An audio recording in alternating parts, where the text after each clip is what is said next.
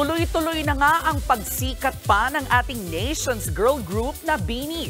Pero tulad ng ibang sikat, kahit po sila hindi nakaiwas sa mga nakakalokang issue tulad ng ang kanilang awiting Salamin-Salamin, witchcraft o pangkukulam daw ayon sa isang religious group. Ano kaya ang reaksyon ng BINI rito? Nasa frontline ng balitang yan, si MJ Marford. Sa islang tropiko.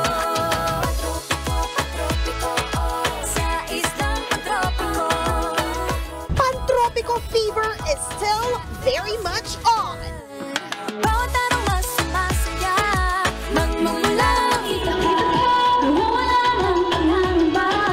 Sa kabila nga ng weird weather, tuloy pa rin ang init ng karera ng nation's girl group na ngayon may big endorsement.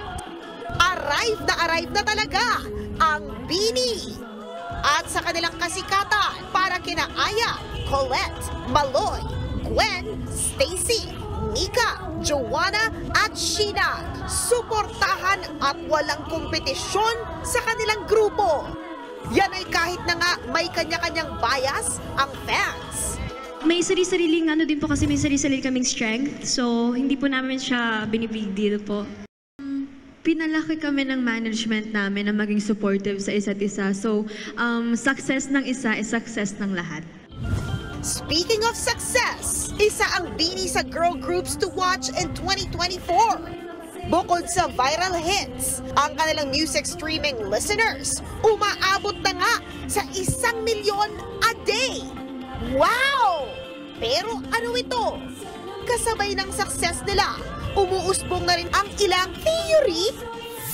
Kagaya na lang ng post ng isang religious group umano online na nililink ang kanilang awiting Salamin-Salamin sa witchcraft? Ano raw? Say rito ng BINI. Actually, nakita ko po yun. Yung post na yun. Natatawa na lang po kami na may mga ganun na pong mabubuong kwento na theory po yung mga tao. Fake news po yun, hindi po witchcraft ang Salamin-Salamin. Maganda lang yung song. Hindi na natin makokontrol din po kasi yung utak ng ibang tao po.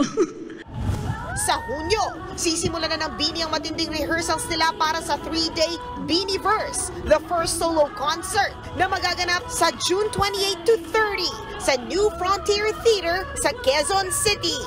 Nagbabalita mula sa Frontline, MJ Marfori, News 5. Mga kapatid, ito po ang inyong K-Alaman Queen, Kalad Karen. Always remember na ang K-Alaman ay K-Yamanan.